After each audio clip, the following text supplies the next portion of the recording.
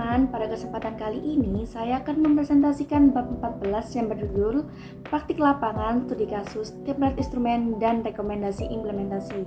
Bab ini membahas bagaimana asesmen bahasa dapat dilaksanakan secara lebih efektif melalui penggunaan instrumen yang tepat, pemanfaatan budaya lokal sebagai konteks pembelajaran, serta dukungan teknologi artificial intelligence atau yang biasa kita sebut dengan AI dalam proses evaluasi. Selain itu, bab ini juga memberikan rekomendasi implementasi bagi pendidik dan institusi pendidikan agar proses asesmen dapat berjalan lebih optimal. Nah, pada subbab 14.1 dibahas berbagai instrumen yang dapat digunakan untuk melakukan evaluasi pembelajaran bahasa. Instrumen tersebut meliputi rubrik penilaian, lembar observasi, portofolio, serta penilaian lisan dan tulis. Yang pertama ada rubrik penilaian. Rubrik penilaian digunakan sebagai pedoman dalam memberikan skor berdasarkan kriteria tertentu sehingga penilaian menjadi lebih objektif. Yang kedua ada lembar observasi. Lembar observasi ini digunakan untuk mengamati aktivitas, partisipasi, dan keterampilan peserta didik selama proses pembelajaran berlangsung. Nah, yang selanjutnya ada portofolio, di mana portofolio ini berisi kumpulan hasil karya peserta didik yang menunjukkan perkembangan kemampuan mereka dari waktu ke waktu. Melalui portofolio, guru tidak hanya menilai hasil akhir, tetapi juga proses belajar yang telah dilalui oleh peserta didik. Nah, yang terakhir ada penilaian lisan dan tulis, yang dimana penilaian lisan dan tulis ini digunakan untuk mengukur kemampuan peserta didik dalam memahami, mengolah, dan menyampaikan informasi baik secara lisan maupun tertulis. Nah, dengan adanya berbagai instrumen tersebut, guru dapat memperoleh gambaran yang lebih menyeluruh mengenai kemampuan peserta didik sehingga proses evaluasi menjadi lebih komprehensif. Baik, di sini saya akan menjelaskan tentang studi kasus asesmen berbasis budaya lokal. Asesmen berbasis budaya lokal memanfaatkan budaya daerah sebagai konteks pembelajaran bahasa.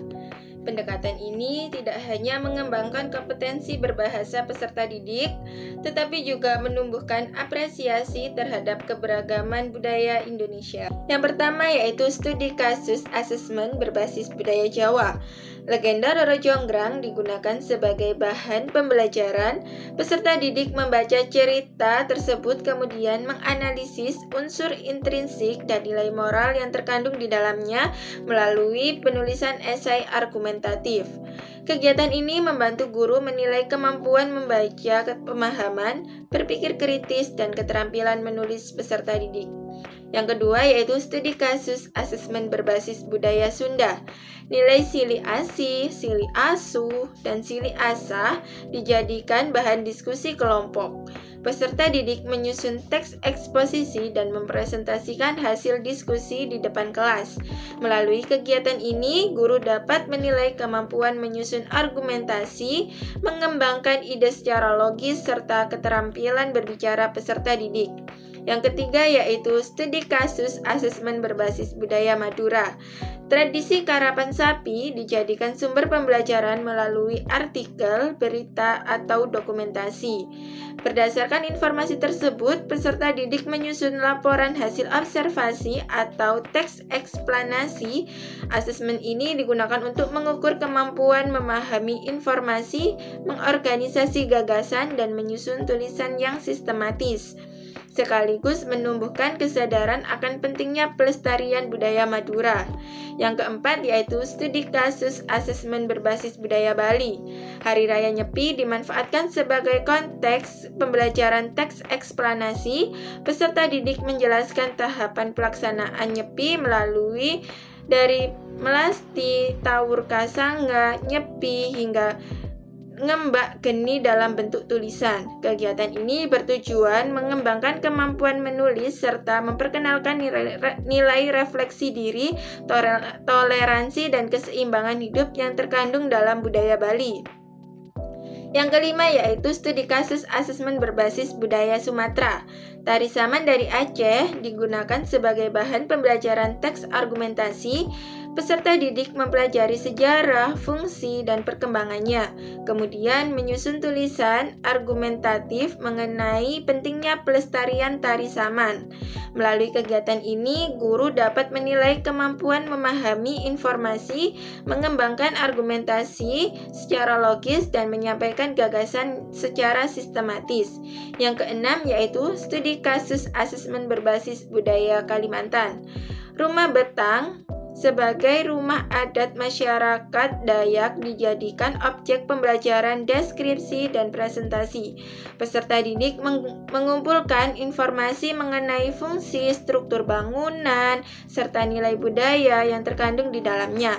Kemudian menyusun laporan deskriptif dan mempresentasikannya. Kegiatan ini mengembangkan kemampuan literasi informasi, menulis deskriptif, dan berbicara. Yang ketujuh yaitu studi kasus asesmen berbasis budaya Papua. Rumah Honai dan tari Yaspan dimanfaatkan sebagai bahan pembelajaran teks deskripsi. Peserta didik mengamati gambar, video, atau bacaan mengenai budaya Papua, yang kemudian menyusun teks deskripsi yang menggambarkan ciri-ciri dan fungsi budaya tersebut. Asesmen ini digunakan untuk menilai kemampuan memilih kosakata, menyusun paragraf deskriptif, dan menyajikan informasi secara jelas.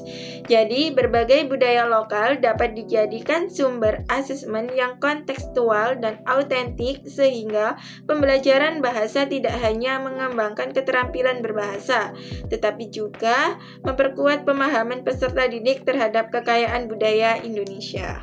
Nah, selanjutnya pada subbab 14.3 dibahas pemanfaatan artificial intelligence atau yang biasa kita kenal dengan AI dalam evaluasi pembelajaran bahasa.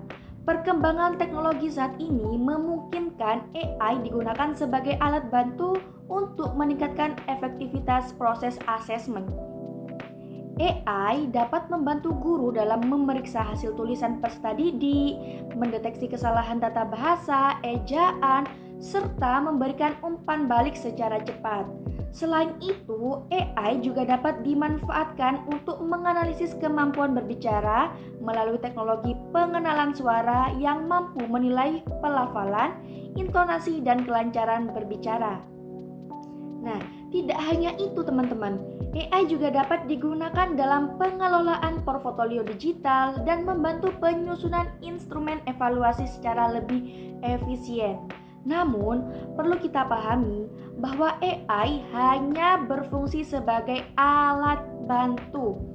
Keputusan akhir dalam proses penilaian tetap berada di tangan guru karena penilaian memerlukan pertimbangan konteks, kreativitas, dan juga karakter peserta didik yang tidak dapat sepenuhnya digantikan oleh teknologi.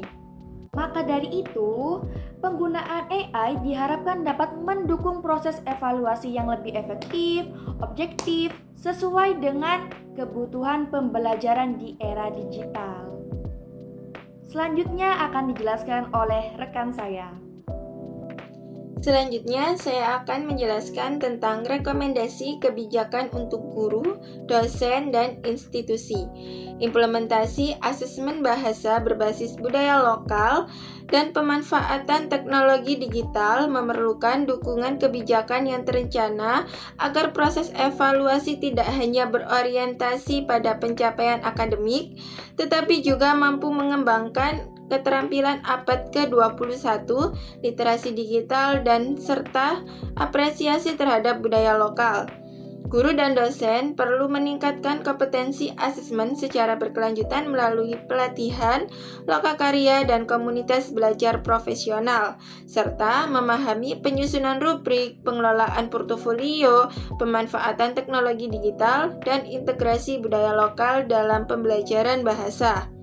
Di tingkat institusi, sekolah dan perguruan tinggi perlu menyediakan infrastruktur teknologi, akses terhadap platform pembelajaran digital, serta kebijakan penggunaan AI yang etis dan bertanggung jawab.